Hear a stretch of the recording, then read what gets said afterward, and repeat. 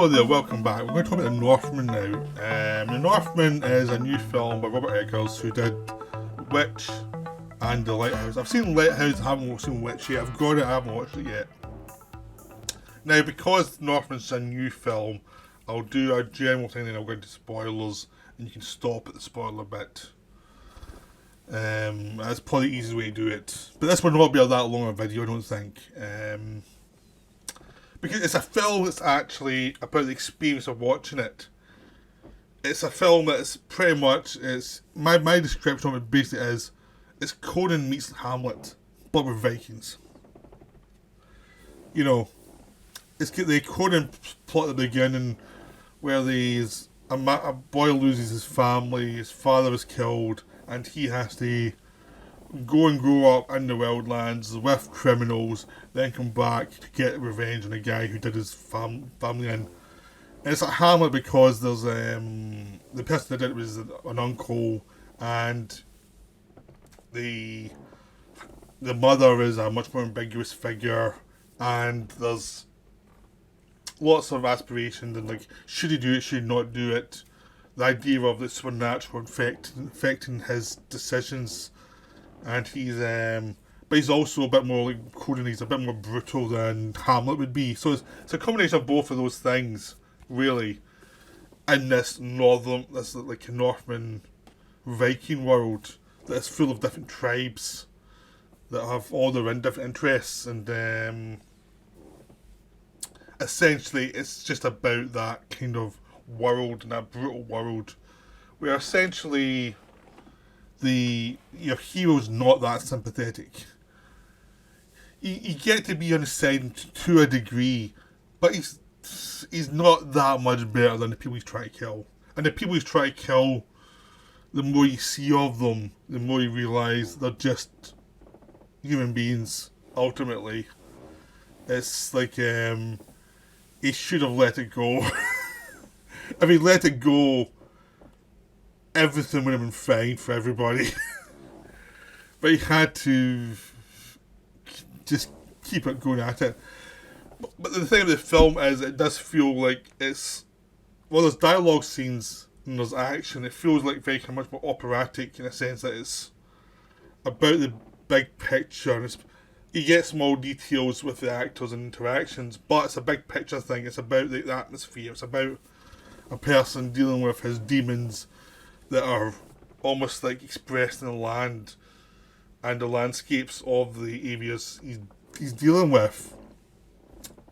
So it feels very inspired by the Burman, you know, and the Deliverance Excalibur reign, you know, as well as the Middle East film Conan the Barbarian, and just general like North myth, in a sense of these are bigger than life mythologies.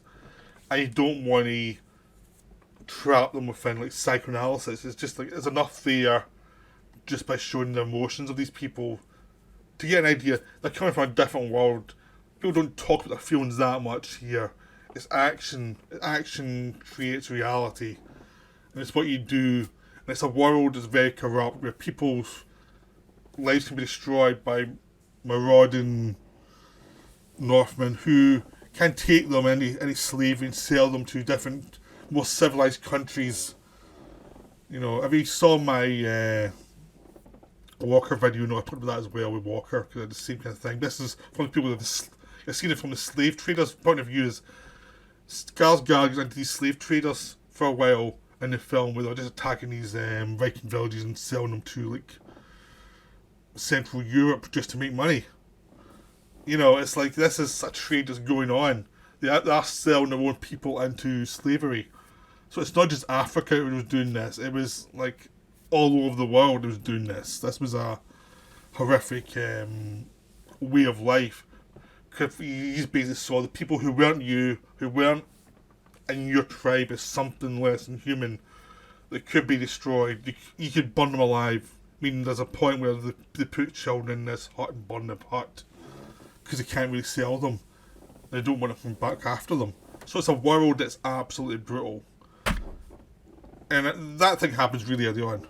So there's lots of stuff like that going on in the film, and if you cannot take characters being utterly awful and acting weird, because there's lots of like rituals you see early on where you see people express themselves as animals and things like that, because that's their ritual, that's their beliefs in this sort of Viking world. If you can't take that, you're not going to like this film. But if you can see this as just, you're seeing that people who have their own way of seeing the world, it's not yours.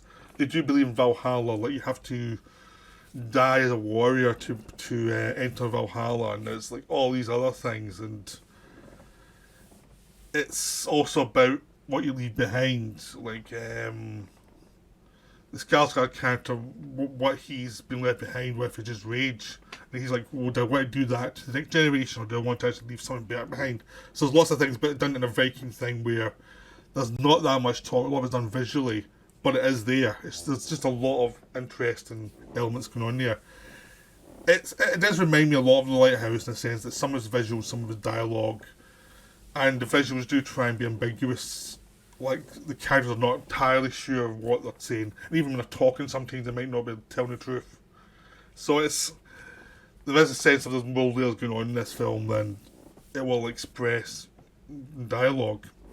I like The Lighthouse more, because I like the characters more in The Lighthouse. Not like, because they were horrible as well, but they were more interesting. I think this one, it's a revenge thing. So there's a certain point with vengeance stories, I think they can get a bit monotonous. I think this film could have lost like good 10 minutes in the middle that would have tightened up and made it more interesting. I just felt like I was 10 minutes too much in the film. I felt there was stuff in the middle. Like the beginning section was interesting, the end section was interesting. In the middle, I felt there was a bit of a bogging down, and little bits and bobs. It wasn't like you had to lose a whole section. Something was just like getting from A to B to C to D. There were little bits where I just felt you could have lost little bits and you could have made points sharper that would have been more effective. But that's me, really. But it's still a wonderful film. It's just, I don't think it's as good as The Lighthouse. So now we're going to spoilery talk. There won't be much of that either, really. Ultimately, I just want to talk about something that happened. Some character beats, really, for when you've seen the film. But this will not be that detailed either. The spoiler stuff really comes in the second half. I mean, the first half is literally you learn about you see him as a boy. His father's Ethan Hawke, his mother's Nicole Kidman. The kid he got to play the son, the young version of Skarsgård, looks a lot like a young Ethan Hawke. So the actual fact that he could be the son of that guy feels legit, because he does. If you look at Explorers, look at this kid, they look similar. And it's Hawke's having a lot of fun playing this guy who's a bit scummy, but he's a king. And he does mean well for the kid. He just hope the kid does well. And he probably is delusional. He's probably not the easiest person along with, but he's trying. He's trying the best he can under these circumstances. But as you go on, you find out the queen was once a slave, and he bought her, and then he made her his queen, so she didn't have much of a choice in it. And she was not very happy with him, she didn't like him very much. So maybe he wasn't as nice, he was trying to let on to his son. But he was the king, and he viewed the world as a king would. So as he's killed by his brother, or his half brother, and you find out later the queen kind of spurned him on to kill the brother and kill her own kid to kill off any possibility of revenge. It's pretty dark. Of course, it really messes up the Skarsgård character when he finds that out. But once he escapes from that area, he injures someone, everyone thinks he's dead.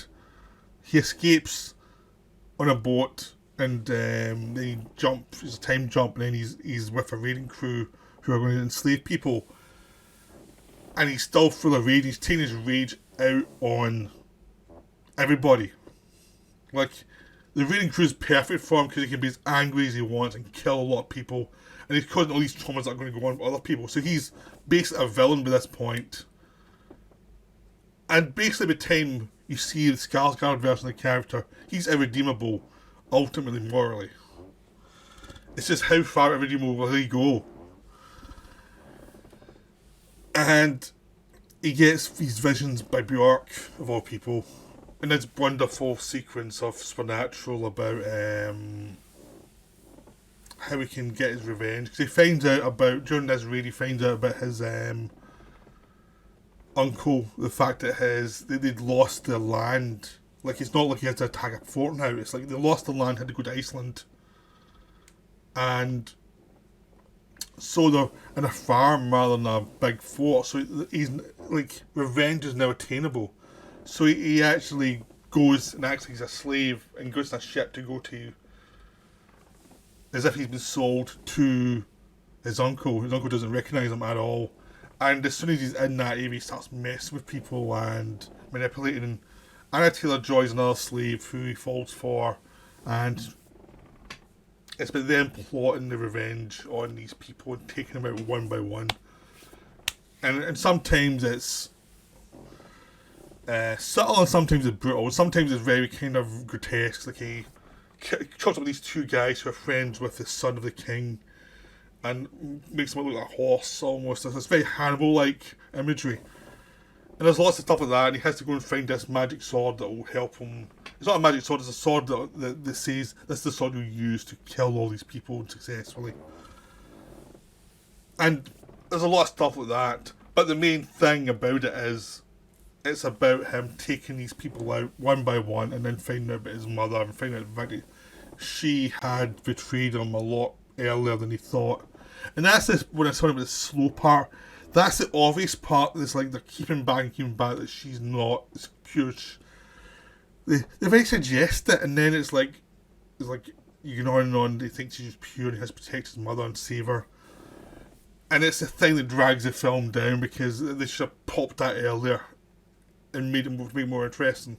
It's just like, it's something that it just kind of slows it down in a way you really don't want it to at a certain point, and it's just like you've got a lot of dead space where he's talking about his mother, and he's already irredeemable, so who cares, ultimately? And it's not that interesting. Like his relationship with Anna Taylor-Joy is much more interesting, so he was focusing on that. So if he got the revelation with his mother earlier, it would have been a lot easier for the story to be interesting.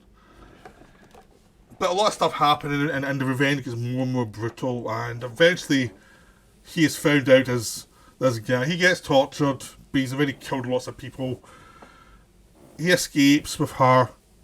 He gets her pregnant, sends her away on a ship, and then he comes back and finally gets his full-on revenge. But the whole thing about it is, it's like how revenge corrupts everything. Like, these people have already been ruined. The people he's trying to revenge on have already been ruined by another king. All you do is leave them to rot. You didn't have to go after them, like, at all. He would have been fine. Like, life had done it for him. But he had to get revenge. And then when he found somebody he was in love with, he couldn't just escape with her. He had to go back and... There's motivations, because at that point he'd killed the king's eldest son, so the king would not stop until he got him. And then he come back and realised, like, this guy couldn't do anything. There's no way you're going to try and chase this guy down. He was already beaten. And he's still on his farm, and it's like, a lot of it's in this guy's head, the character's head. Like, he overestimates the king, and he underestimates his mother. But even then, she's probably smart enough to say, you can't go after him because he's just too good for you. But in this stuff, there's lots of stuff, like the burial of the son of the king. It's wonderfully done. It's very paganistic. There's lots of wonderful sequences. The final big finale, as Skarsgård just murders so many of the guards and kills his mother and kills the last child of that bloodline by accident, is brutal. And then the final fight between him and his uncle is brilliant. There's lots of really good stuff, lots of really strong stuff that really delivers. But that middle section kind of derailed it slightly, so you maybe not feeling it as much as you should, because you feel there's a bit in the film that need another draft just to finesse, because it just feels like the character beats are going well. They clogged up a little bit and then they went well again. But the damage in that middle section kind of, for me at least, feels, you can feel it in the film. But it's still a wonderful film. So much of the stuff is beautiful. The imagery is beautiful, very paganistic. The acting's all terrific. It pretty much is the first film for so long that feels extremely brutal and uncaring about how offended you might be by it. So it is a wonderful film in lots of ways. It's just, there are some script problems in the middle that there's a bit of predictability that wasn't needed. It was just like you're kind of slowing down the pace for something that we've kind of guessed already. And you didn't even make it like he might be guessing it already. It was just like he was just a bit thick at that point. But still a wonderful film. It's just there is a bit of a plot element that slows it down the middle. So I hope you enjoyed this. I realised I went a lot longer than I planned for this video, so I'm going to stop now. Go see it.